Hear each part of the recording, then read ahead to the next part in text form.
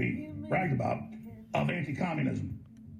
When I was growing up, 5 years old, my grandfather, who was this super John Wayne American World War II vet, sitting around the table, and he was like talking to my dad. I was like 5 years old, reading the Naked Capitalist. He's like, hey, it's not just the commies, the big banks are playing the game to domesticate the public. We got to stop them, and you got to get in there and do it.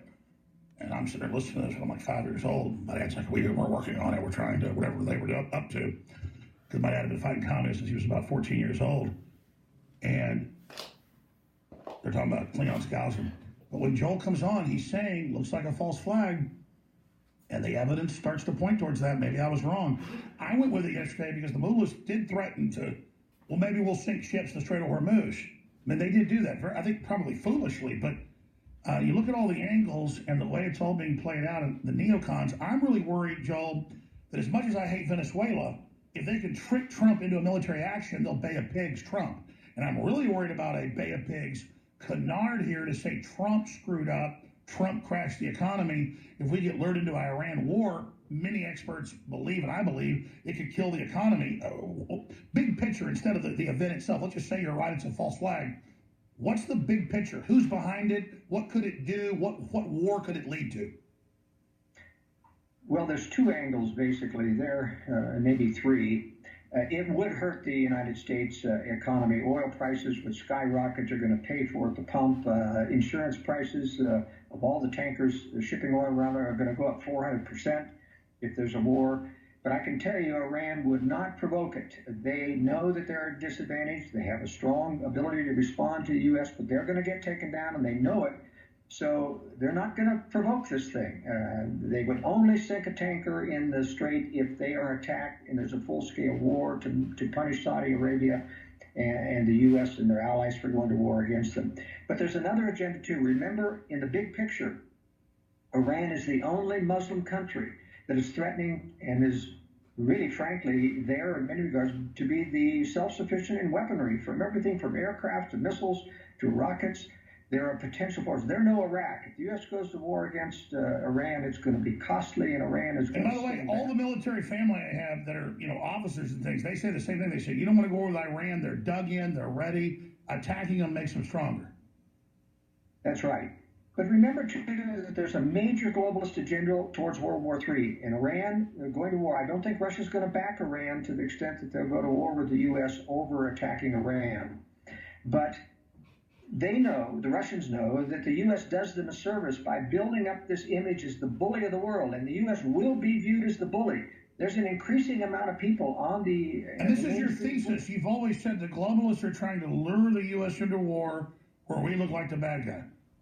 That's right. We look like the bad guys. We have to look like the bad guys so that Russia and China can feel justified in striking, and it won't appear as the aggressors to the rest of the world. And like you said, Trump at first, he's been very resistant to this. It's a very, whether Iran did it or not, and I think it's not in their interest. Maybe they think we're weak. You go the other angle that they're like, North Korea, brinksmanship, get some better deals. But let's just say you're right. I think things lean towards that. I think you're right. Why would Trump then start slumping towards this? Well, here's the problem with Donald Trump. Just like in North Korea, once he buys into or gets snookered into a deception, like he did with Kim Jong-un, and being convinced that Kim was sincere and he's going to, no matter what the evidence he's so positive that he isn't going to quit trying to get it done. That's right. He's not going to back down. His ego won't let him admit I was dead wrong about Kim Jong-un. And the same thing now is about this false flag. He's gone on several talk shows claiming that Iran is the bad guy and Iran's going to pay for this, etc. And I just don't think he's going to back down. Years or months after he went to war with Syria and he realized, hey, this didn't look very good. It looks like the U.S., the intelligence people falsified the information about the chemical weapons to Assad, and they did. They've done it 3 or 4 times. He may have regrets after this, but I think you may be right. Iran is going to be a bad war. It's going to hurt Donald Trump. It's going to hurt the economy. And he could be terminally damaged by the mistake of this war. Well, I want to do 5 more minutes on the other side with you and then finish up. But let me just bring this up now. And I'm not trying to bring myself into the story. We got secret Google documents a year and a half ago before deplatforming that they admitted were real. $15 million to pay outside groups to go post lies about us to downvote us. So they paid thousands of people to work for months around the clock doing things on the web so it would actually organically be real, but still a fraud. And they talked about you, they talked about Ron Paul, they talked about me, and they said, we cannot allow Alex Jones to say the next chemical attack is fake.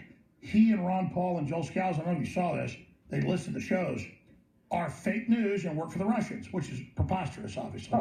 And that's how they, you can type in it, guys, Google documents show plan to delist InfoWars.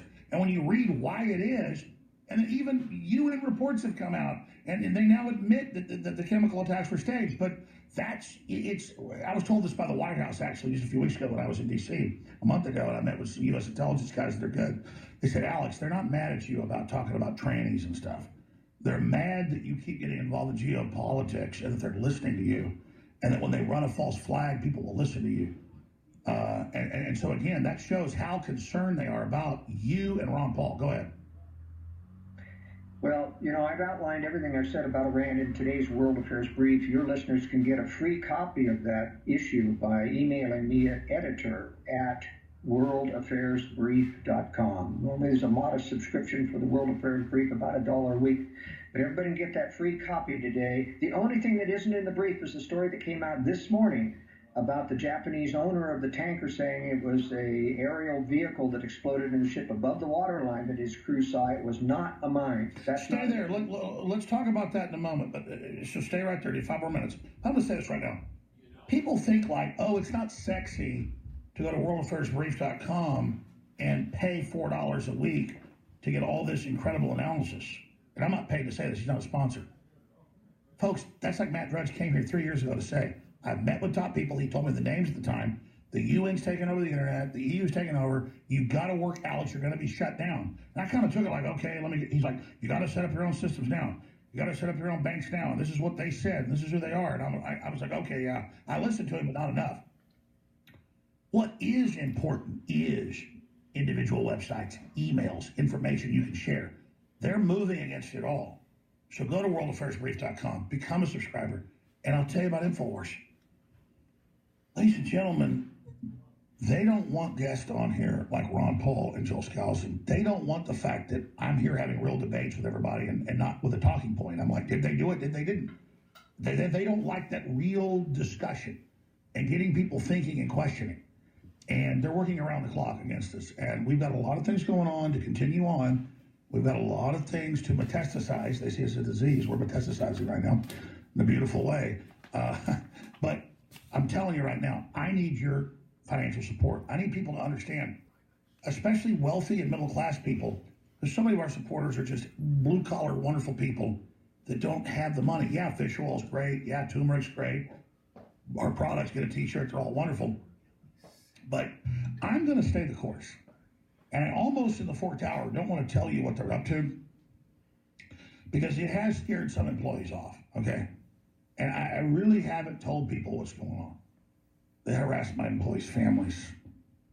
They harass my family. They run psyops. They try to have women, beautiful women, in grocery stores everywhere. And of course, it's bad, folks, okay? And I'm not complaining. I'm just saying it's because we're doing something very important. And the fact that I'm working 16 hours a day and don't do all this stuff, my only problem is drinking, and I've cut back on that. The fact that I'm not a worldly person when it comes to stuff, they can't get me. They are so pissed, and they've really tried to set us up. And we've reported to the FBI, and they say we're the victim, but they're coming for me, folks. And I'm not a victim. I just want to keep going if I can, but if I have to finish strong, if they kill me, whatever, I'm going to go all the way. But I need money. I want to fight these bastards to the very last. I want to give them everything I've got. And the spirit's ready, but I need money. It's a war. I need money. My God, I already sell you incredible products, okay? They're always rated the best. We only mark them up 150%. Everybody else does 7 times. I would never do that.